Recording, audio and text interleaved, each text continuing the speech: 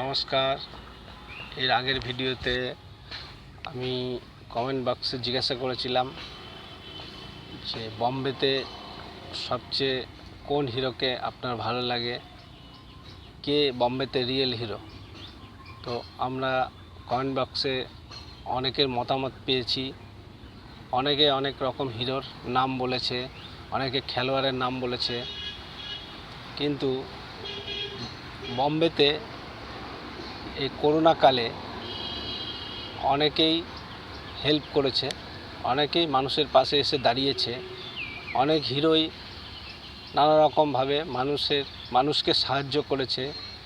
ইন্ডিয়ার মধ্যে এখন আমার চোখে রিয়েল হিরো হলো সোনু সুদ। কেন সোনু সুদ ইন্ডিয়ার মধ্যে এই করোনাকালে সবচেয়ে বেস্ট আমার চোখে, সেটা এখন আপনারা নিজের চোখে দেখে নিন। नमस्कार। तो जो हर जगह थे मौजूद, एक का नाम था खुदा, दूसरे का सोनू सूद।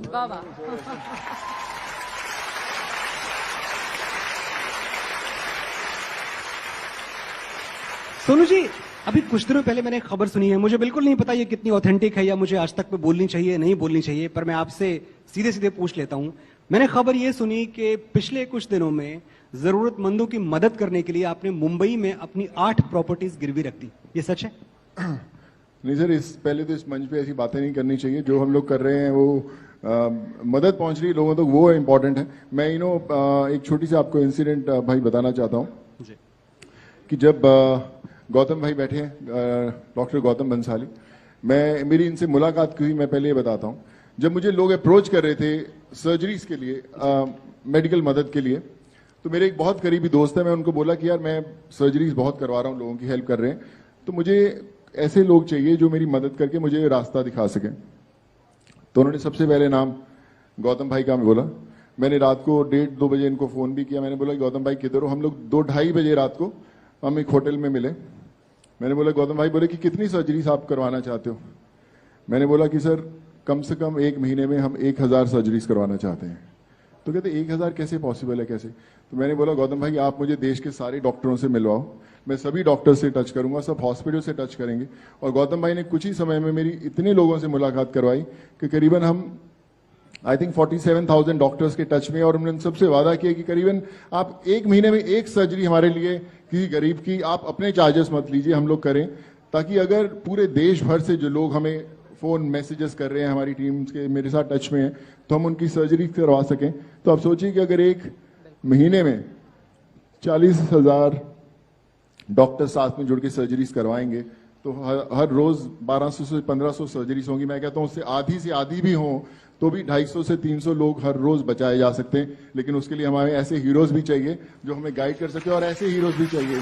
तो आई थिंक वो जर्नी और आप जैसे हीरोज भी चाहिए जो फिल्मी पर्दे पर भले ही विलेन के रूप में नजर आए, लेकिन जब वक्त की जरूरत हो तो लोगों की मदद के लिए सबसे आगे बढ़ के। लेकिन मैं जल्दी से, ये जो साउथ की फिल्में आप अभी एक्टिंग कर रहे हैं उसमें किसी ने आपको मना कर दिया हिट करने से, ये पूरा का पूरा क्या वाकया है, जरा बताइए इसके बारे में आप।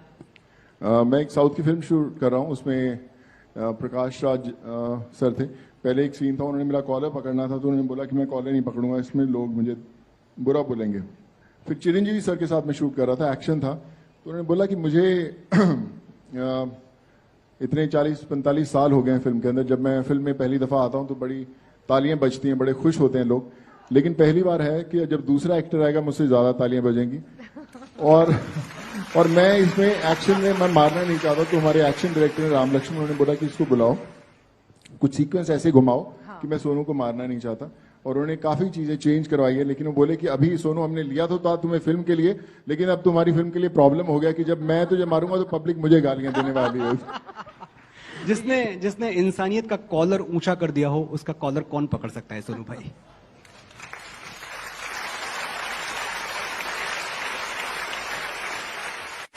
ये सच बात है। अब आगे बढ़ते हुए बहुत सारे लोग इस तरह के सवाल भी खड़े करते हैं कि बहुत सारे जो ट्विटर पे बातें फैलती हैं वो फेक हैं, वो सच नहीं है, कम लोगों की मदद की जाती है लेकिन उसको ज्यादा दिखावा किया जाता है। ऐसे लोगों को इस मंच से आप क्या जवाब देना चाहेंगे, जो खुद तो घर में बैठे हैं लेकिन ट्विटर उनका चलता रहता है, दिन रात यही काम है उनका सवाल खड़े करना? जी बिल्कुल।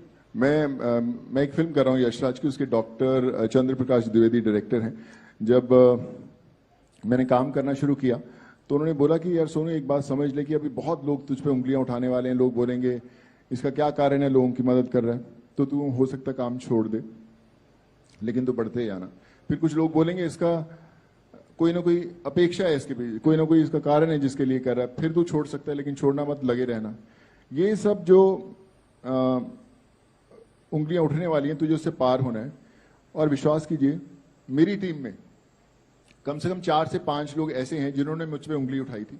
मैंने आपकी उनको टीम से? मेरी टीम ने शुरू से, जब अभी नहीं, मैंने उनको बोला यार, बोले कि उन्होंने कुछ ट्विटर मैसेजेस लिखे, मैंने बोला कि बेस्ट तरीका है कि आप हमारी टीम में जुड़ जाओ और काम करो, मैं भी आपको कुछ केसेस देता हूं और आप भी सॉल्व करने शुरू करो। उन्होंने भी बहुत सारे केसेस सॉल्व किए और हर रोज सुबह वही लोग जिन्होंने उंगली उठाई थी मुझे सुबह सॉरी का मैसेज भेजते हैं, बोलते हैं कि हम ताज जिंदगी आपको सॉरी बोलते रहेंगे क्योंकि हमसे गलती हुई, but they have also said lots of life. एक और चीज जिसका जिक्र करना बहुत जरूरी हो जाता है, सिर्फ देश में ही नहीं बल्कि विदेशों से भी आपने बहुत सारे स्टूडेंट जो अलग अलग हिस्सों में फंसे हुए थे उनको आपने हिंदुस्तान लाने का काम किया था, उन तक कैसे पहुंचे आप? देखिए, मैं तो हिंदुस्तान में लोगों को भेज रहा था तो एक मैसेज आया था, किर्गिस्तान एक जगह है, वहां पे मेडिकल स्टूडेंट्स फंसे हुए थे, तो वहां से मैसेज आया कि हमें निकालो। तो मैं कभी किर्गिस्तान गया नहीं, तो मुझे पता नहीं था, तो मैंने इग्नोर किए वो मैसेजेस। लेकिन फिर भी आए, किसी ने, एक बच्चे की डेथ हो गई थी वहां पे, करीबन Kyrgyzstan, Kazakhstan, Tajikistan, Georgia, Philippines और रशिया, तो यहाँ पे करीबन 14,500 स्टूडेंट्स फंसे हुए थे। तो किर्गिस्तान में एक बच्चे की डेथ हो गई थी, तो उसके पेरेंट्स सीधा मेरे घर पहुंच गए थे मुंबई में। उनके दोस्त के पेरेंट्स, उन्होंने बोला कि आप निकालिए, तो मैंने बोला मैं कोशिश करता हूं, मुझे पता नहीं कैसे निकालना है। So I got in touch with the ambassador there, उन्होंने बोला नहीं पॉसिबल है, एम्बेसी से बात की, नहीं पॉसिबल है। हिंदुस्तान में बात करनी शुरू की एमए में, उन्होंने बोला कि सोनू बहुत मुश्किल है, पर ये अगर तू पेपर्स ला के देगा तो हम कोशिश करेंगे। मैंने वो पेपर्स ला के दिए, फिर वहां पे पेपर्स भेजे, तो वो जो टू एंड फ्रू हुआ, मुझे 1 हफ्ता 8 दिन लगा, मैं सब स्टूडेंट्स के साथ टच में था। और पहली जो फ्लाइट फॉरेन से उड़ी थी, किर्गिस्तान से उड़ी थी 180 स्टूडेंट्स लेके, और उसके बाद मैंने जितने कंट्रीज से उन सब के एम्बेसडर्स, एम्बेसी से पर्सनली बात कर करके वो सब फ्लाइट्स उड़ाई और हम वो 14,000 स्टूडेंट्स लेकर आ पाए हिंदुस्तान। जिस दिन वो स्टूडेंट्स आ रहे थे उस दिन हमारा इंटरव्यू भी आज तक पर हुआ था सोनू जी के साथ। एक और सवाल मेरे मन में है, बीते 7-8 महीनों में हालांकि उन्होंने फ्लैट की बात उठा दी, लेकिन इतने ज्यादा पैसे, क्योंकि करोड़ों रुपए इसके लिए चाहिए, चाहे मुंबई से आप किसी हिस्से में किसी को भेजें या जिस तरह की जरूरतें, आप हिमाचल प्रदेश से एक लड़की पढ़ाई नहीं कर पा रही थी तो आपके पास खबर पहुंची, फिर आपने मोबाइल भेज दी कि अब वो जूम पर अपनी क्लासेस अटेंड कर पाएगी।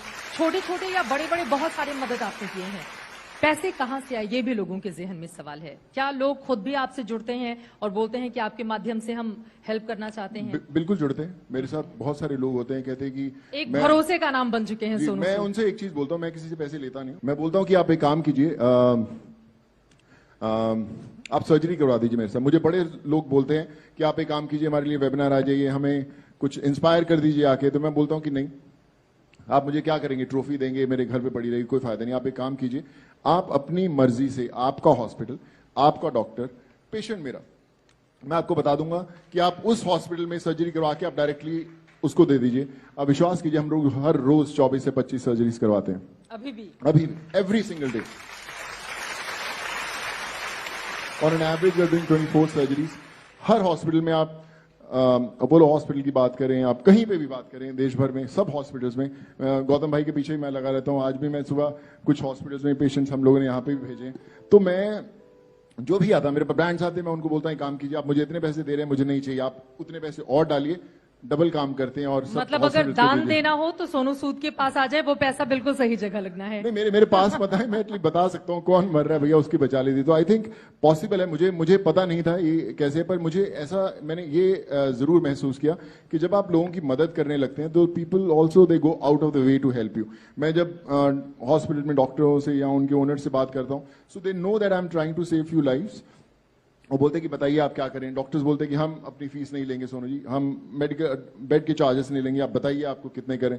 मैं हर रोज करता हूँ, गौतम भाई को बहुत परेशान करता हूँ कि सर ये मुझे इसके स्पेशलिस्ट है, ये BMT करवाना है, ये करवाना है। तो अभी एट प्रेजेंट जम्मू कश्मीर से कन्याकुमारी तक मैक्सिमम हॉस्पिटल्स के मैक्सिमम डॉक्टर से हम लोग टच में, मैं हर रोज बात करता हूँ उन लोगों से और हर रोज पेशेंट्स भेजता हूँ। और अभी एक ऐसा इकोसिस्टम बन गया है कि आप आधे टूटे फूटे डॉक्टर मैं भी बन गया हूँ। आप मैं सुबह मैं जब जिम जाने लगता हूँ तो नीचे रिपोर्ट्स लेके लोग खड़े होते हैं, मैं बोलता हूँ दिखा रिपोर्ट्स कौन सी हैं, उनकी पिक्चर्स खींचता हूँ, फटाफट किसी डॉक्टर को बोलता हूँ, बोलता है यार एक काम कर भेज इसको, हम लोग करते हैं, तो हम लोग सर्जरीज करवाते हैं। तो बाय द टाइम जिम खत्म होता है तो 3-4 जो पेशेंट्स होते हैं हॉस्पिटल में एडमिट हो चुके होते हैं उस समय। ये बहुत महत्वपूर्ण है कि अगर आपके मन में कुछ करने का हौसला है, बहुत सारे लोग टाइम का बहाना बनाकर कि मेरे पास वक्त नहीं होता है, हम नहीं कर सकते हैं, आप भी बिजी रहते हैं इतनी ज्यादा, लेकिन उसके बावजूद आप लोगों की लगातार मदद करते रहे।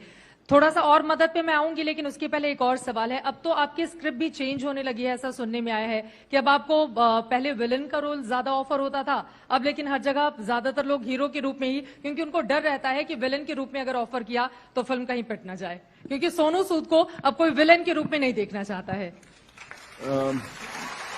मुझे पता नहीं कि अभी देखिए अभी शुरुआत है, बहुत सारे स्क्रिप्ट्स आए, पर मैं एक्चुअली फैक्ट बता रहा हूँ। मेरे परसों किसी बहुत अजीज डायरेक्टर है, उन्होंने फोन किया, उन्होंने कहा कि यार काम तो मदद तो तूने बहुत कर लिया, अभी फिल्में कब करेगा? तो स्क्रिप्ट पढ़ा नहीं पढ़ा? मैंने स्क्रिप्ट पढ़ा ही नहीं, कितने दिन से पढ़ा हुआ है। अब विश्वास कीजिए, जब आप लोगों की भाई जान बचाने निकलते हैं और आप हर रोज वो केसेस सॉल्व करते हैं ना, तो जो स्क्रिप्ट के पन्ने होते हैं ना बड़े कमजोर लगते हैं। आप 4 पेजेस पढ़ेंगे, आपका मन नहीं करता पढ़ने के लिए, बिकॉज यू नो कि कोई ना कोई बंदा इंतजार कर रहा है आपका उस फोन कॉल का कि अब कब आप उसको फोन करके you will make that change happen. So of course फर्क नहीं पड़ता कि कौन से रोल करने या नहीं करने, पर मुझे लगता है कि मेरी जिंदगी का जो सबसे इंपॉर्टेंट और अहम रोल है वो मैं निभा रहा हूं, और जो उसका डायरेक्टर है ऊपर वाला है इस समय। अच्छा, कहा यह भी जा रहा है कि सोनू सूद हिंदुस्तान के अब किसी भी हिस्से से चुनाव लड़ लें, उनका जीता जाना तय है। मतलब चाहे आप बिहार चले जाएं, चाहे आप उत्तर प्रदेश के पूर्वांचल में हो आए, या फिर बैंगलोर, या फिर किसी दूसरे हिस्से में, तो ऑफर भी मिले हैं क्या इस तरह के? सोनू जी, उसकी शिकायत मत कीजिएगा कि ये सवाल आपसे क्यों पूछा गया। ये आज तक का मंच है, आपके सामने चित्रा है, ये सवाल आना ही आना था। नहीं, बिल्कुल पूछिए, मैं आपको बता दूंगा।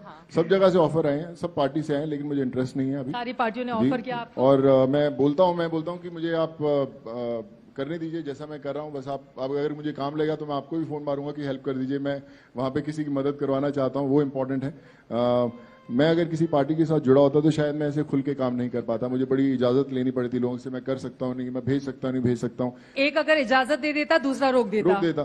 तो इसलिए खुद अकेले थे, गलतियां करते गए, सीखते गए और कर पाए। तो मुझे लगता है कई बार कुछ जंग जिंदगी की ऐसी होती है जो अकेले ही जीतनी पड़ती है। कुछ मुश्किलें भी आई होंगी यकीनन इस दौरान, क्योंकि अगर किसी राजनीतिक पार्टी से ताल्लुक नहीं, आमतौर पे ऐसा माना जाता है कि अगर किसी पार्टी से आप जुड़े होते हैं तो आपका काम ज्यादा आसान हो जाता है, लेकिन आपने कहा कि नहीं जुड़े होने का ज्यादा फायदा आपको मिला है। देखिए, लोगों को ना पता चलने लगा कि ये सिंसियरली काम कर रहे हैं। मैं आपको बता रहा हूँ, एक ऐसा दौर आया था बीच में, हम लोग ट्रेन से बहुत पहले बसेस से भेजते थे, बसेस में कम लोग भेज पा रहे थे, तो लेकिन हजारों की गिनती में लोग थे, तो ट्रेन से भेजने शुरू किए। तो एक ऐसा दौर, मेरे घर के नीचे 2,500-3 हजार लोग खड़े रहते थे कि कब भेजेंगे, बिहार, यूपी, झारखंड। मेरे को हर एक जिला यूपी का, बिहार का, उनके पिन कोड के साथ, उनके डीएम्स की बात करें, सबके मेरे पास नंबर रहते थे, मैं फोन करता था, भेजता था। तो एक दिन ऐसा था कि जब 2 ट्रेन जो जाने वाली थी वो कैंसिल हो गई, और सब लोग बड़े तैयार थे, खाना वाना पैक हो चुका था उनका। तो मुझे पता नहीं था कि मैं उनको कैसे मना करूंगा जाने के लिए। फिर मैंने फोन किया, रिक्वेस्ट किया वहां पे जो नोडल ऑफिसर थे बिहार के, आई रिमेंबर तीतरमारे सर। मैंने बोला कि सर ये 6,500 लोग हैं, इनको भेजना बहुत जरूरी है, ये पेपर चाहिए। तो बोले मुझे ये आप गवर्नमेंट से परमिशन ला के दो, मैं लेके आता हूं। तो मैं यहाँ के जो नोडल ऑफिसर्स हैं उनके पास पहुंच गया। तो बड़ी भागदौड़ की, मुझे लगता है ना जैसे ऑफिस में एक बंदा है, ऑफिस से इधर से उधर पेपर्स लेके भागता है, मैं भी वैसे ही भागा और वो परमिशन ली और 6,500 लोग जा पाए।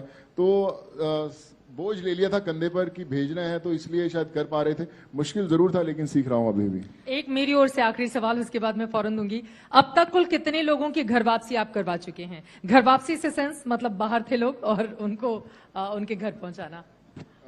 देखिए, मैं जैसे बोला, करीबन 7.25 से 7.5 लाख लोगों ने हमें कनेक्ट किया था, जिनमें से हम लोग करीबन 1.5 से 2.25 लाख लोगों को भेज पाए, क्योंकि जब हम लोग भेज रहे थे उस समय दूसरे लोग भी जा रहे थे। तो 1.5 से 2.25 लाख लोग हम लोग हिंदुस्तान में भेज पाए, और करीबन जो 14,500 स्टूडेंट्स फॉरेन से थे, उसमें से करीबन 6,700 स्टूडेंट्स को अब्रॉड से लेके आए हम लोग। मनोज, मैं सिर्फ ये कह रहा था कि पिछले दिनों बदकिस्मती से हमारी फिल्म इंडस्ट्री बहुत ज्यादा अंडर द स्कैनर रही। बहुत सारी बातें हुई हमारी इंडस्ट्री के बारे में।